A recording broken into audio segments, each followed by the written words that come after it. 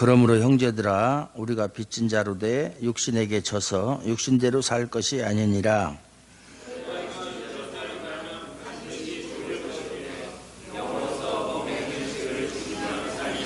무릇 하나님의 영으로 인도함을 받는 그들은 곧 하나님의 아들이라.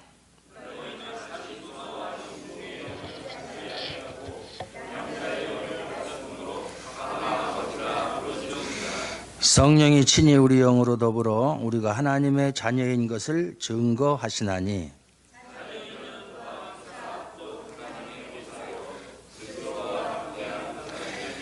우리가 그와 함께 영광을 받기 위하여 고난도 함께 받아야 될 것이니라. 아멘.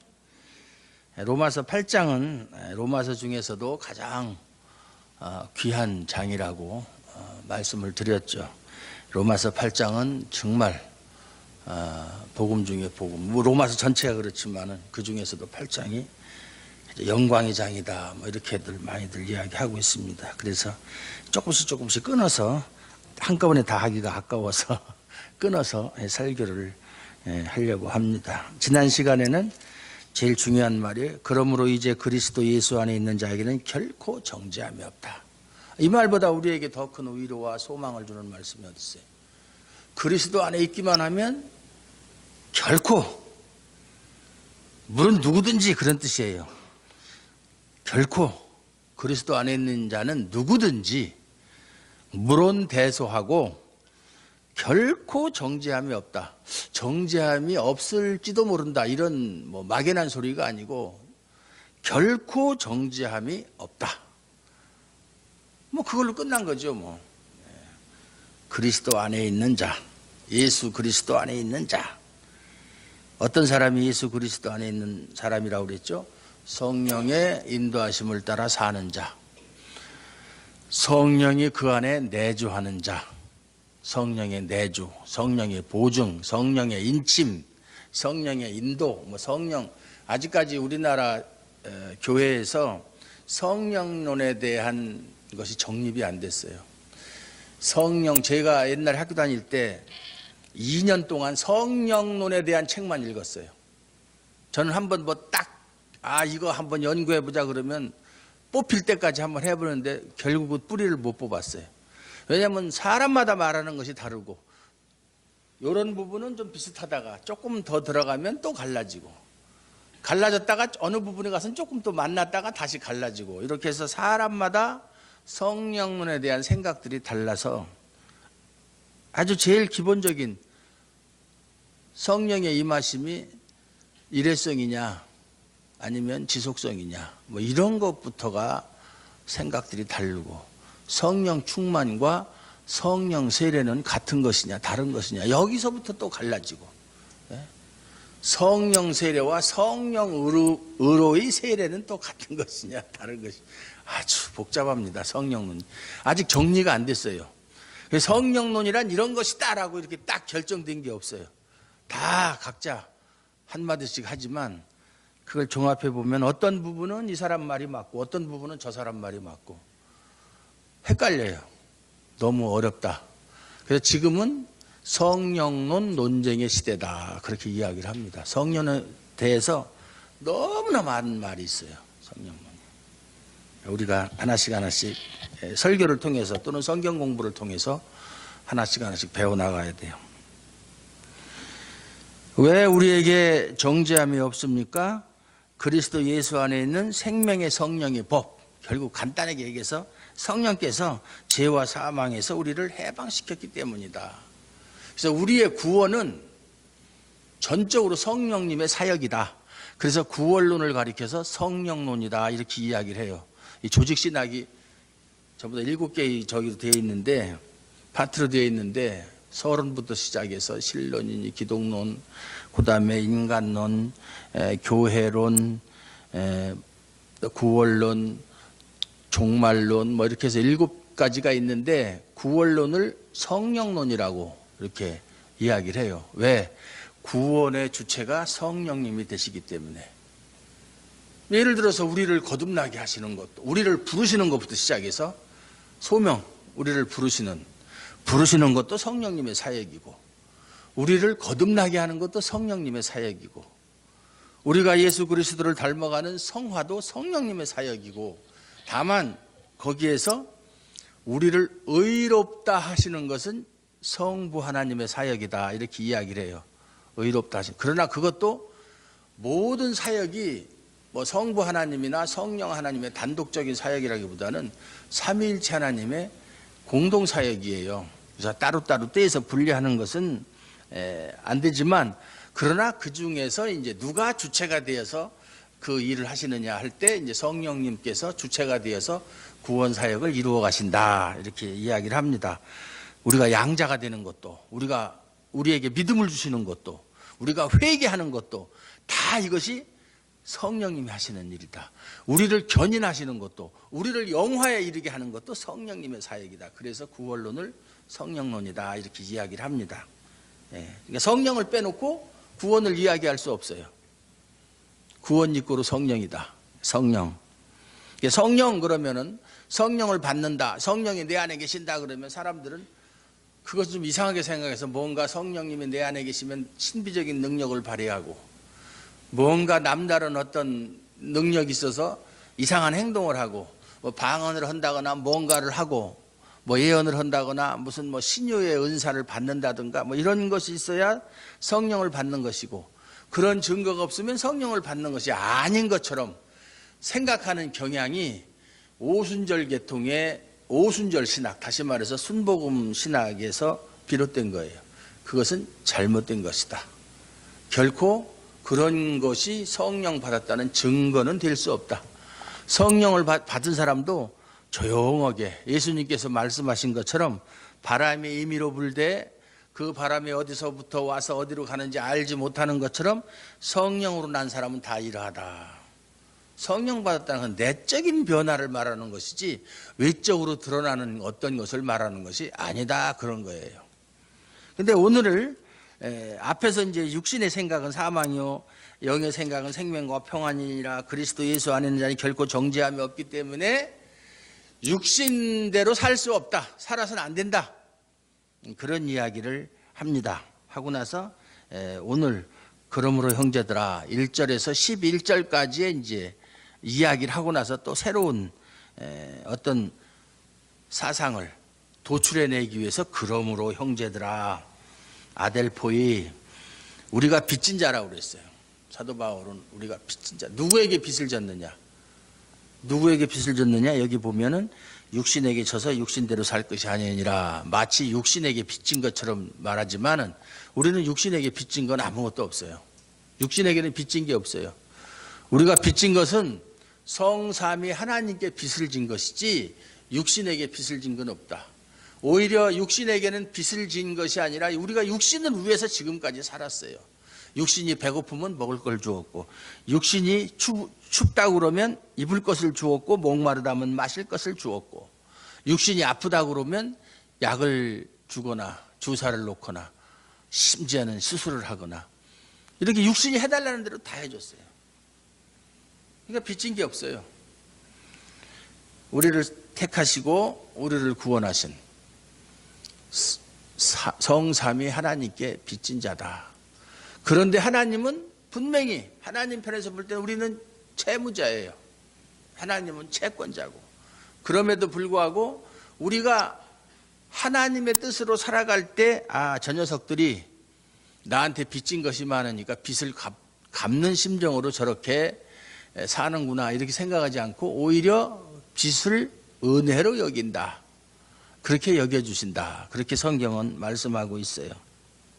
그러나 우리 입장에서는 우리는 빚진 자다. 평생, 아니 몇 평생을 거듭해서 하나님께 지은 빚을 갚으려고 해도 갚을 수 없는 그런 존재들이다라고 생각하고 살아야 돼요. 우리 입장에서는. 하나님이야 그것을 그렇게 생각 안 하시고 은혜로 여겨주시지만은, 모든 것을 다 은혜로 여겨주시지만 우리는 그렇게 살아야 된다. 그런데 왜 사도 바울이 갑자기 앞에 그리스도 예수 안에 있는 자에게는 결코 정죄함이 없다고 이야기해놓고 우리가 육신에게 져서 육신대로 살 것이 아니니라. 너희가 육신대로 살면 반드시 죽을 것이로되 영으로서 몸의 행실을 죽이면 살리니. 이런 말을 왜 또 하느냐. 정죄함이 없다고 해놓고. 그럼 이건 불신자에게 하는 소리냐? 아니에요.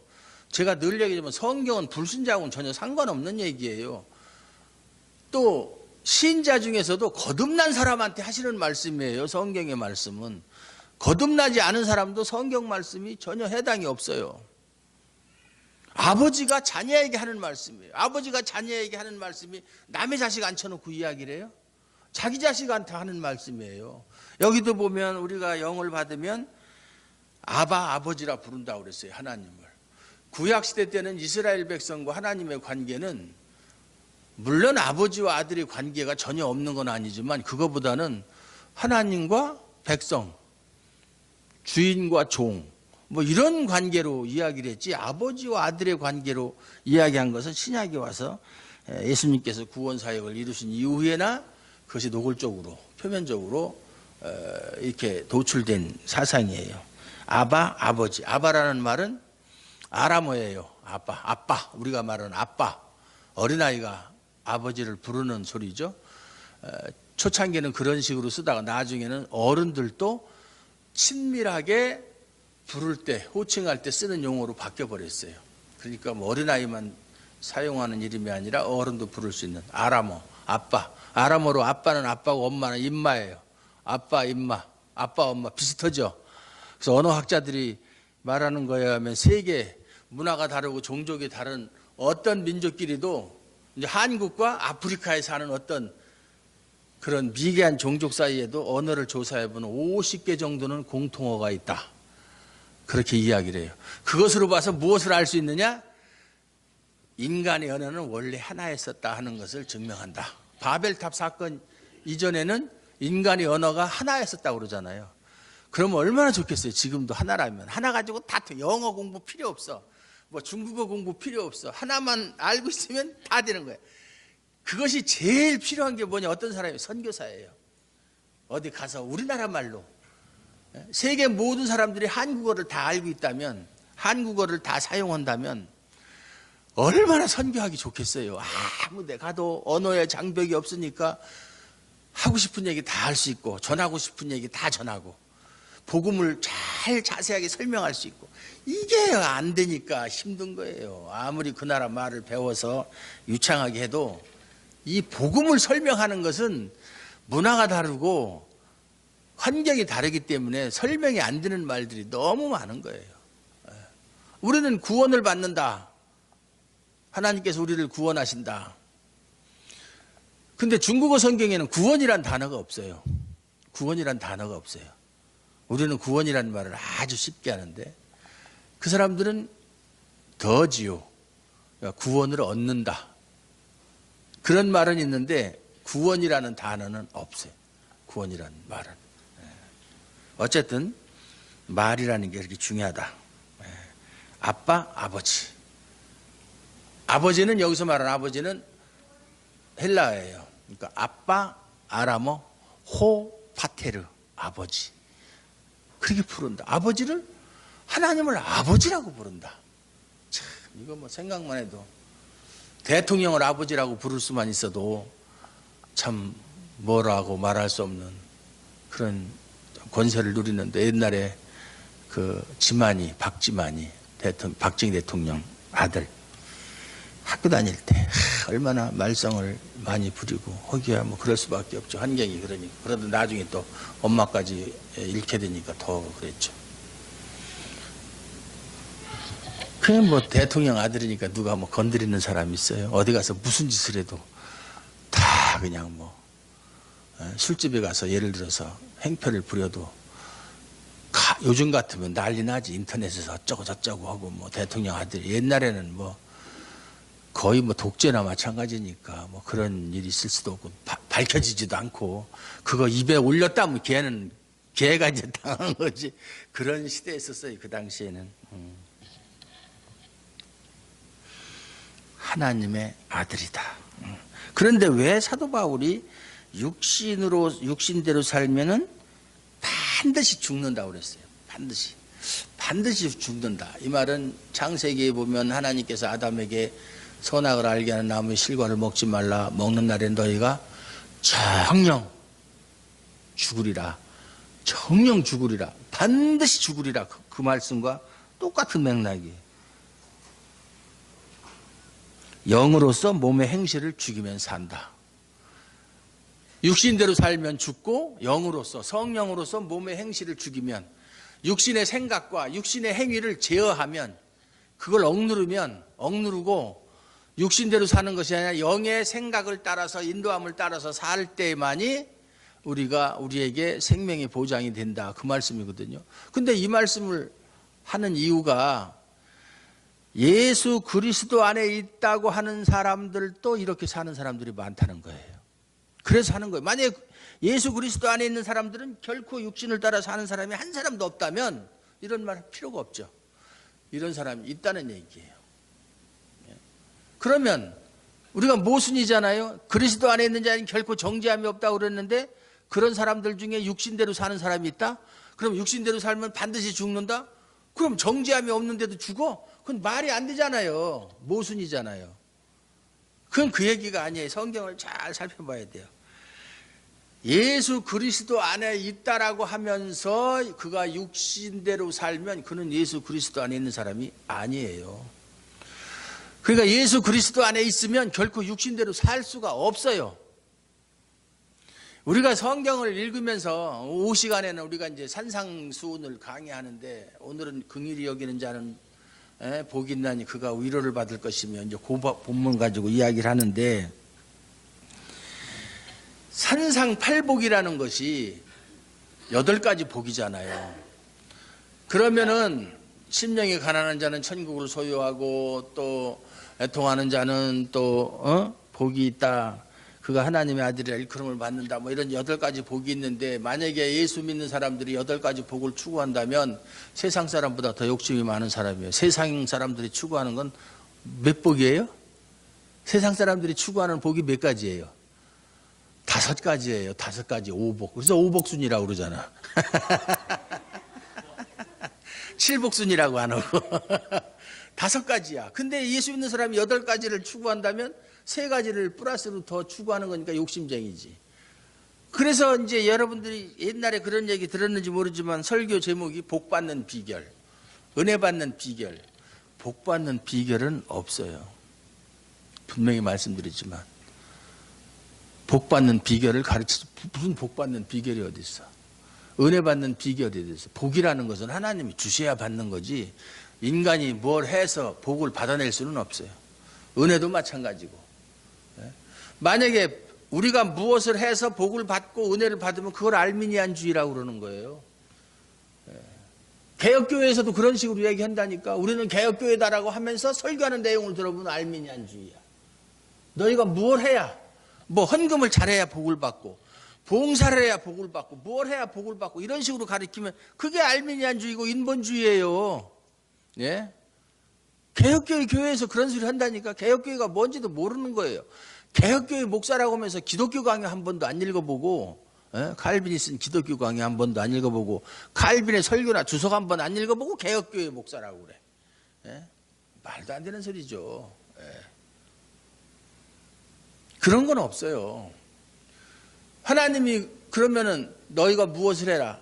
우리가 성경에 뭐 이런 말씀이 있죠. 너희가 형제의 과실을 용서하지 않으면 하늘에 계신 너희 아버지께서도 너희 과실을 용서하지 아니하리라. 그러면 하나님께서는 네가 형제의 과실을 용서했느냐 안 했느냐 보고 나서 용서했으면 나도 내 죄를 용서해주고 용서하지 않았으면 내 죄도 용서하지 않겠다. 조건부 용서잖아요. 조건부. 그게 하나님이 하시는 일이에요. 그런 하나님 같으면 안 믿어요. 말도 안 되는 소리예요. 아니 그러면 우리가 태어나기 전에 왜 하나님이 태어나기도 전에 선과 악을 행하기도 전에 뭐 용서는 그만두고 태어나기도 전에 하나님이 우리를 위해서 예수 그리스도를 통해서 구원하시고 그랬느냐고. 그래서 자기의 사랑을 증거하셨느냐고. 말이 안 되는 얘기잖아요.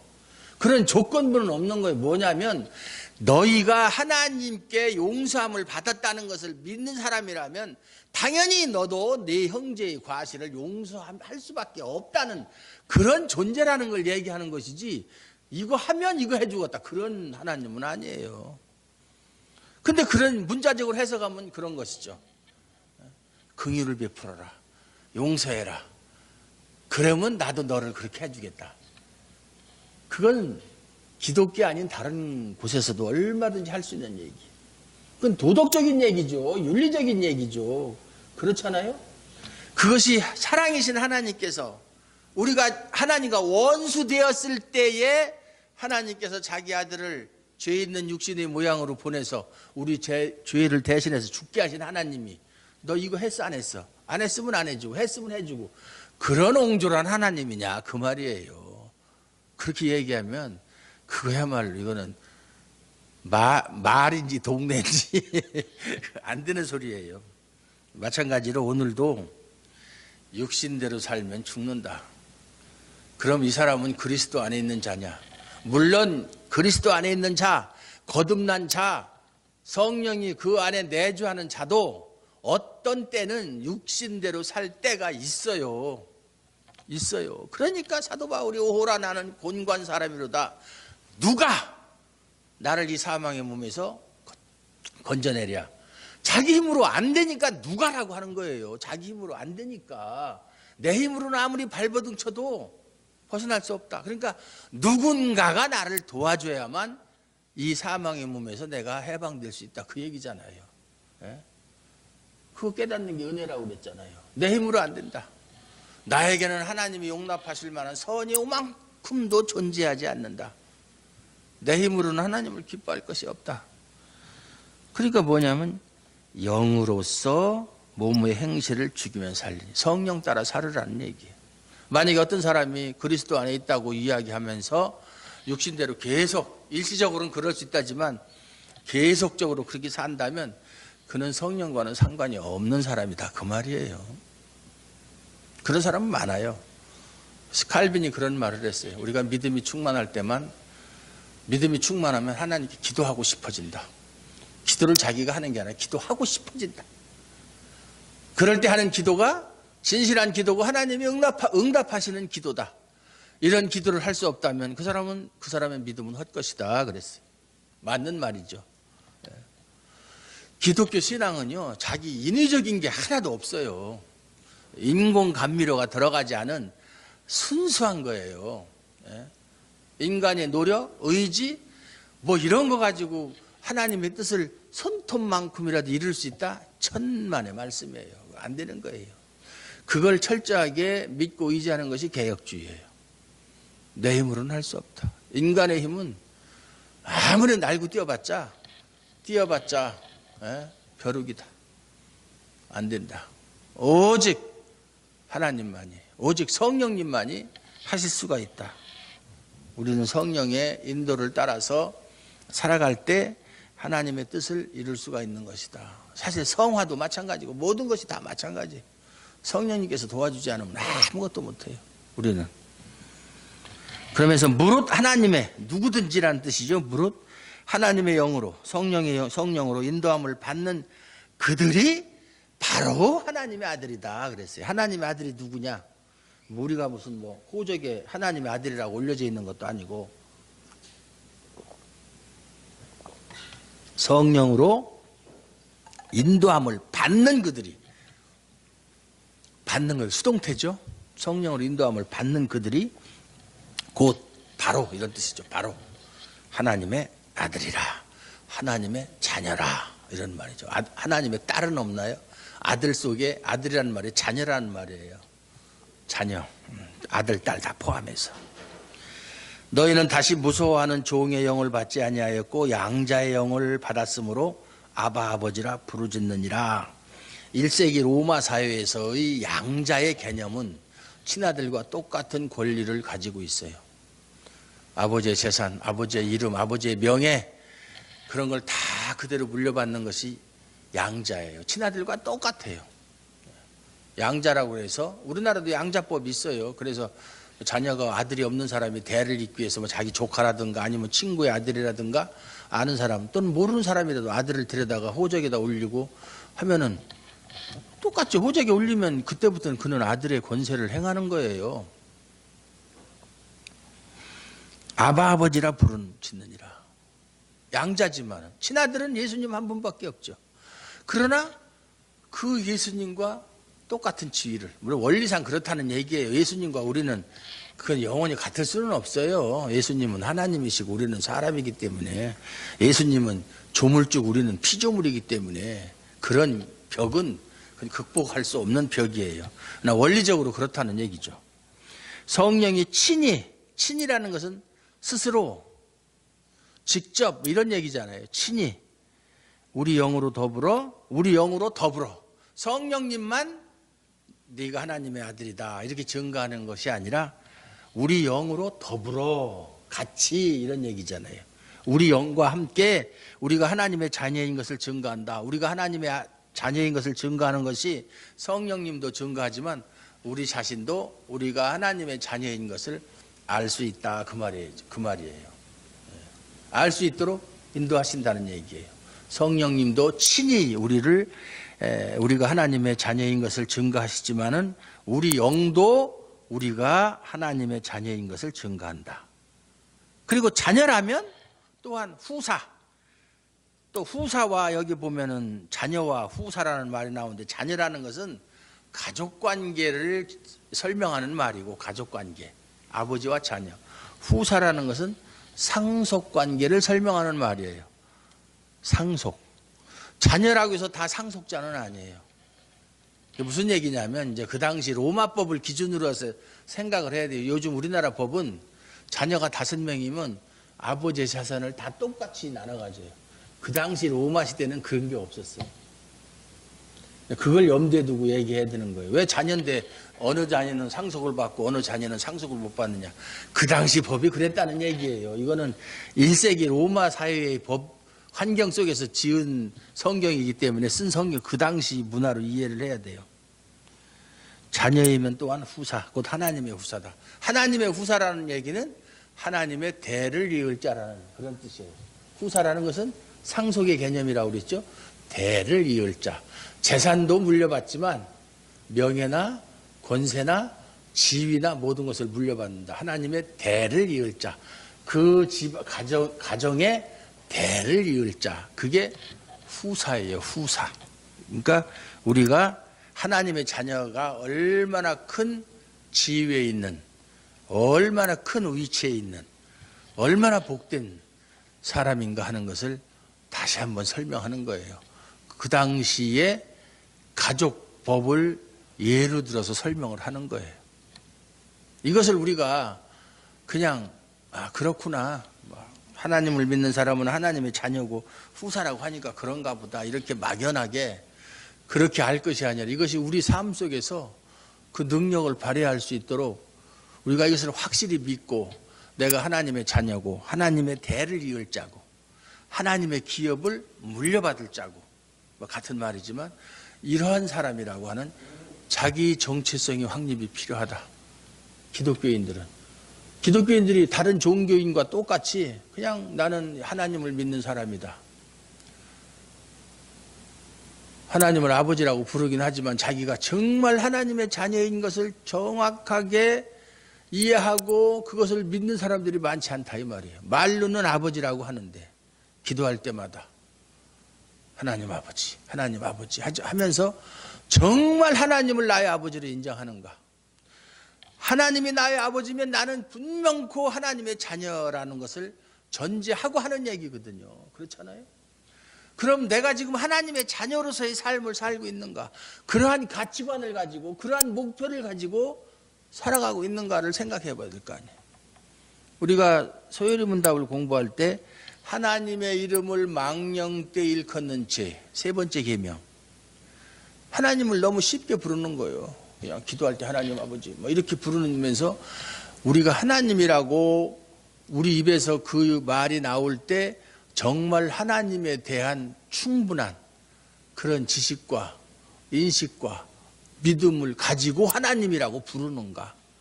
그렇지 않다면 하나님의 이름을 망령되 일컫는 죄를 짓는 것이다. 이렇게 내가 설명을 했잖아요. 그러면서 마지막으로 오늘 중요한 말이 그리스도와 함께한 하나님의, 왜냐하면 그리스도는 하나님의 친아들이잖아요. 그러니까 우리가 후사라고 하는 것은 그리스도와 함께하는 후사라고 그랬어요. 우리가 그와 함께 영광을 받기 위해서 고난도 함께 받아야 될 것이니라. 예수님도 고난 후에 영광을 받으셨어요. 고난 없는 영광은 없어요. 고난을 통과하고 나서 영광을 받으신 것처럼 우리도 이 세상을 살면서 반드시 예수님과 함께 죽었으면 예수님과 함께 살아난 것처럼 예수님과 함께 영광을 받기를 원한다면 예수님과 함께 고난도 받아야 될 것이다. 그러니까 예수 믿는 사람에게는 고난이 없다. 예수 믿는 그 순간 고난은 끝이고 행복만 있다. 거짓말이라고 그랬죠. 고난. 그 뭐 사복음서에도 마태복음에도 보면 누구든지 나와 복음을 위해서 집이나 형제나 자매나 모친이나 전토를 벌인 자는 뭐예요? 100배를 받되 내세에서 영생을 받지 못할 자가 없느니라. 고난도 함께 받아야 될 것이니라. 핍박을 겸하여 받고 예수님이 직접 하신 말씀이에요. 핍박 받는다고 그랬어요. 근데 예수 믿기만 하면 핍박도 없고 아무것도 없다. 옛날에 그러면 초대교회 당시에 예수 믿다가 순교한 사람들은 뭐예요, 그러면? 그 사람들 엉터리로 믿은 사람인가? 그런 사람들처럼 진실한 믿음을 가진 사람이 없는데 고난도 받는 거예요. 예수님 말씀하셨어요. 너희가 세상에서는 환난을 당하나 담대하라. 환난을 당한다고 그랬어요. 내가 세상을 이기었노라. 비록 우리가 예수님과 함께 영광을 받기 위해서 고난도 받지만 그 고난은 우리 혼자 감당할 고난이 아니라 예수님과 함께하는 고난이다. 예수님이 세상을 이기었기 때문에 그 승리는 보장된 고난이다. 싸움이다. 이거예요. 걱정할 거 없어요. 믿습니까? 걱정할 거 하나도 없어요. 우리 혼자서는 감당할 수가 없어요. 예수님이 이겼다고 그랬잖아. 이미 이긴 싸움. 마치 그런 예화를 제가 많이 드는데 한국이 월드컵에 나가서 다른 나라하고 축구 경기를 하는데 이미 시합을 했어. 새벽 3시에 다른 나라에서 하기 때문에 못 봤어. 자기는 알고 보니까 2대0으로 이겼어. 근데 나중에 그것을 녹화로 다시 이제 재방송으로 보면 그거 보면서 조마조마할 필요 없어요. 이미 결과는 나와 있는 건데. 그렇잖아요. 예? 아무리 상대방이 차서 그냥 골 될 것 같지만 골이 안 돼요. 그거는 됐으면 2대0이 될 수 없잖아. 그거랑 똑같은 거잖아요. 알고 있으면. 모르면 불안하지. 모르면. 그러나 우리도 결과를 모르면 불안하지만 내가 그 고난을 이길 수 있을까? 통과할 수 있을까? 걱정이 되지만 예수님이 내가 세상을 이겼다고 그랬잖아요. 이겼다고. 결과는 나와 있잖아요. 그거나 똑같은 거예요. 걱정하지 말고 예수님만 믿고 의지하면 어떤 고난이 닥쳐와도 우리는 승리가 보장된 싸움을 하는 것이다. 할렐루야. 기도하겠습니다. 하나님 아버지 감사합니다. 오늘도 아버지 하나님께서 우리를 사랑하사 우리와 함께 하시고 우리에게 하나님의 자녀된 것이 얼마나 복된 존재인가를 다시 한번 일깨워 주시고 우리가 사는 길이 육신대로 사는 그러한 삶이 아니라 영을 따라서 성령의 인도함을 따라서 사는 삶만이 아버지 하나님께서 인정하는 삶이요 원하는 삶이라는 것을 배웠습니다. 우리가 비록 연약하고 무능하지만 항상 하나님의 인도함을 받아서 사는 승리하는 삶을 살 수 있도록 늘 지켜주시고 도와주시옵소서. 예수님 이름으로 감사드리옵고 기도하옵나이다.